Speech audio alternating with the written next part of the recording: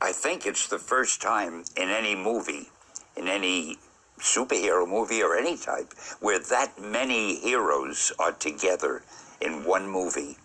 Every one of them worthy of his own movie, and they've all had their own movies. There's the Hulk, there's Captain America, there's Thor, Iron Man, and then there's Hawkeye and the Black Widow, who haven't had their own movies yet, but after the public sees them, they probably will. All together in this one feature, the fans are so excited they're going crazy. I think they're just going to love it. And it's directed by Joss Whedon. You couldn't get a better guy for that. I can't believe Stan Lee.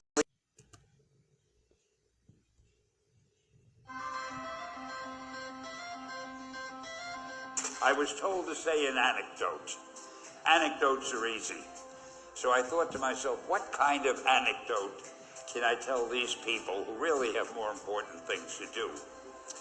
And I figured I'm going to tell you how Spider-Man came into being.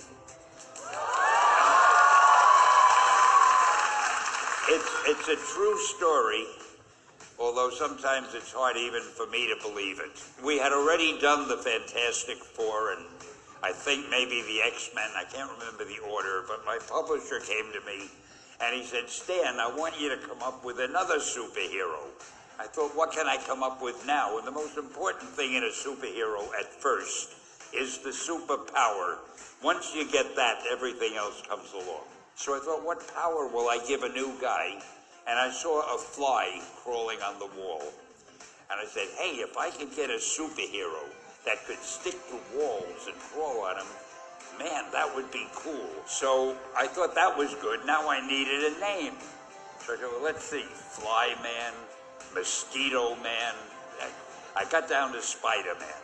Spider-Man. It just sounded dramatic. So, okay, I had my hero, I had his power, his name, and then I figured just for fun, I'm going to give him personal problems. Then I thought I'd make him a teenager, because there were no teenage superheroes that I knew of at the time.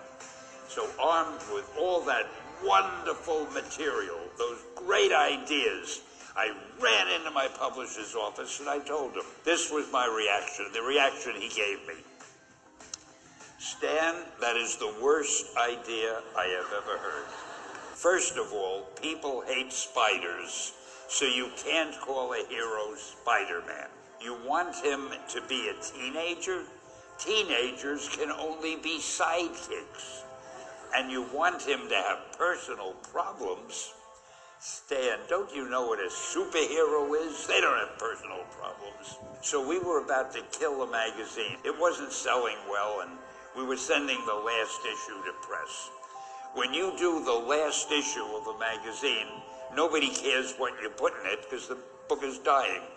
Just to get it out of my system, I put Spider-Man in Amazing Fantasy, featured him on the cover. A month later, all the sales figures came in. My publisher came racing into my office. Stan, you remember that character we both loved so much, Spider-Man? He said, let's do him as a series. Now, why am I telling you this? If you have an idea that you genuinely think is good, don't let some idiot talk you out of it.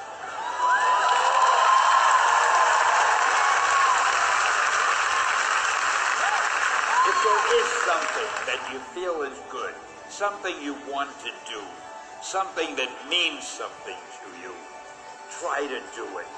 Because I think you can only do your best work if you're doing what you want to do, and if you're doing it the way you think it should be done, and if you can take pride in it after you've done it, no matter what it is. So don't let idiots talk you out of something that you think is good. Just do your thing, do it as well as you, that's the important thing. Don't shirk. Whatever you do, give it your best shot. You'll be glad you did. Excelsior!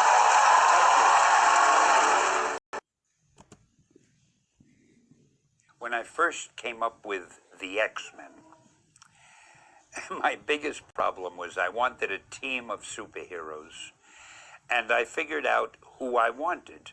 in the original team, let's see, there was Iceman who could turn into ice. There was Cyclops with the power of his eyes. There was the Beast. There was Marvel Girl. There was the Angel who could fly. The thing I loved about the Angel is when he was dressed in clothes, he'd wrap his wings around him and put a coat over it, and you couldn't see them. And there was Dr. Strange. There was Professor X. Well, my biggest problem was, how did they get these superpowers? I had already run out of people being bitten by radioactive spiders and being subjected to gamma rays and cosmic rays. And I took the cowardly way out. I said, I'm just going to say they're mutants. We all know there are mutations in nature. So these people, they were just born that way. And then I don't have to come up with far-fetched explanations. Okay, so now I had my team. But who were they going to fight? I figured it would be fun if these mutants were good, but there were also a group of evil mutants who either wanted to take over the world or something similar. Then I thought it might be fun to get an analogy with the way some people are picked on by bigots and are persecuted by bigots. I thought, here are characters who are going to look different, who are going to have certain strange powers. What if the human race is afraid of them, hates them perhaps, and prosecutes them, torments them? What if the evil mutants resent the fact that the human race doesn't trust them, and they want to strike back, and they feel they are Homo superior as opposed to the human beings who are Homo sapiens? However, the good mutants feel we've got to learn to coexist with the human race. We've got to help them and show them that they're wrong about distrusting people who are different than they are. And suddenly I became really fascinated by this because I could see there was such a parallel between things that were happening in society and these stories that we were trying to write. And that's how it all happened. The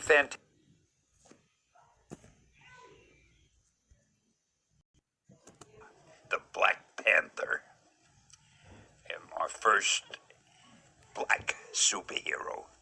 And boy, I think he's going to be a big hit. At least I hope so. I got my fingers crossed. And what is it about Black Panther that you like just power-wise or personality-wise?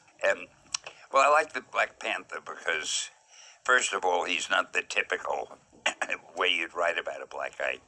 He seems like a regular native in the jungle, but he's really the head of a nation which is hidden under the ground, hidden underground.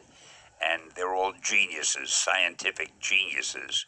And this guy is a scientific genius. And nobody knows that the story about the whole Black Panther. And I'm not going to tell it all. You got to go to see the movie. People want to see a movie about you, like a biopic. A movie about what? About you. About... I was told later, I didn't realize it at the time, but people would say to me, you gave all your characters handicaps. And I realized, I guess it's true. I was trying to make them realistic. Everybody's handicapped in some way. I'm handicapped, I talk too much. But the next one I made blind. I thought it'd be fun to have a blind superhero, because I had read somewhere, when you lose your sight, all your other senses become magnified. So I thought it would be great if we have a guy, even though he can't see, he can do anything better than anyone else. He'd have a radar sense, a sonar sense. He could tell if you're lying because he could hear your heartbeat change the rhythm. He could read by running his finger over a newspaper because his fingers are so sensitive. Like with Braille, he could actually feel the newsprint on the paper. And he'd be the world's greatest gymnast because you get your balance from your ear. So I love Daredevil. He became very popular. I think the next one I did was Hulk. Funny thing. Now we're introducing magic to the Marvel Cinematic Universe. Are you excited to see that element be brought to life? Well, Doctor Strange, I did so many years ago, because again, we were looking for something new. And there are so many phony magicians, who do stage acts and so forth and tricks. And I thought, what if we really had a guy who could do magic? Now, the one unusual thing to me about Doctor Strange,